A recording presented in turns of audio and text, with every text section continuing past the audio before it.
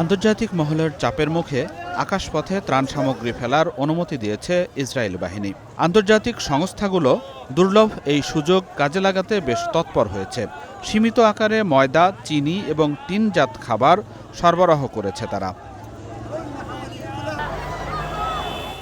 তবে জাতিসংঘের ফিলিস্তিন বিষয়ক ত্রাণ ও কর্মসংস্থা UNRWA বলেছে, এ ধরনের এয়ারড্রপে প্রাণহানির ঝুঁকি আছে, তাই প্রচলিত পদ্ধতিতেই ত্রাণ কার্যক্রমের সুযোগ দেওয়ার আহ্বান তাদের।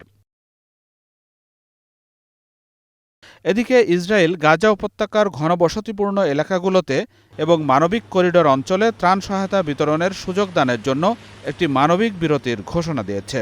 তবে ইসরায়েলি প্রতিরক্ষা বাহিনী IDF এখনও নির্দিষ্ট করে এই বিরতিগুলোর সময়সূচি বা অবস্থান প্রকাশ করেনি।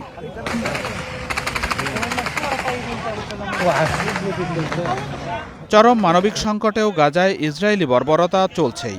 সবশেষ 24 ঘণ্টায় জায়নবাদী দেশটির হামলায় প্রাণ গেছে অন্তত ৭১ জনের।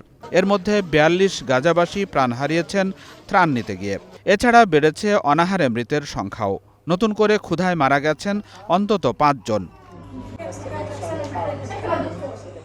এছাড়া গত সপ্তাহে গাজার দক্ষিণাঞ্চলে সড়কের পাশে পুঁতে রাখা বোমা বিস্ফোরণে মারাত্মকভাবে আহত এক রিজার্ভ কমব্যাট ইঞ্জিনিয়ার মারা গেছেন। শনিবার সন্ধ্যায় বিষয়টি স্বীকার করে IDF।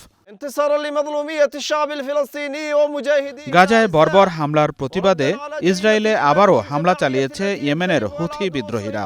ইসরায়েলের দক্ষিণে স্পর্শকাতর লক্ষ্যবস্তুতে হাইপারসনিক ক্ষেপণাস্ত্র হামলার দাবি করেছে ইরান সমর্থিত সশস্ত্র গোষ্ঠীটি।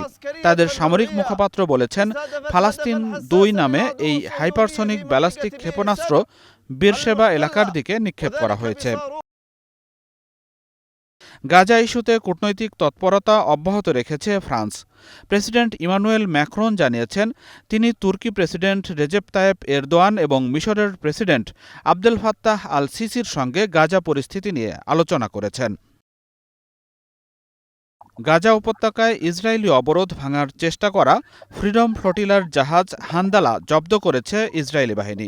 ফ্রিডম ফ্লোটিলা কোয়ালিশন AFC জানিয়েছে, হান্দালার সাথে তাদের সমস্ত যোগাযোগ বিচ্ছিন্ন হয়ে গেছে। গত মার্চ থেকে আন্তর্জাতিক রুট অবরোধ করে রেখেছে ইসরায়েল সরকার। গেল ২ মার্চ থেকে ইসরায়েল গাজায় সম্পূর্ণ অবরোধ আরোপ করেছে। খাদ্য, ওষুধ এবং মানবিক সাহায্য প্রবেশে বাধা দিয়েছে। সাহায্য সংস্থাগুলো বারবার মানবসৃষ্ট দুর্ভিক্ষের বিষয়ে সতর্ক করে আসছেন। Nazmus Sakib, star news.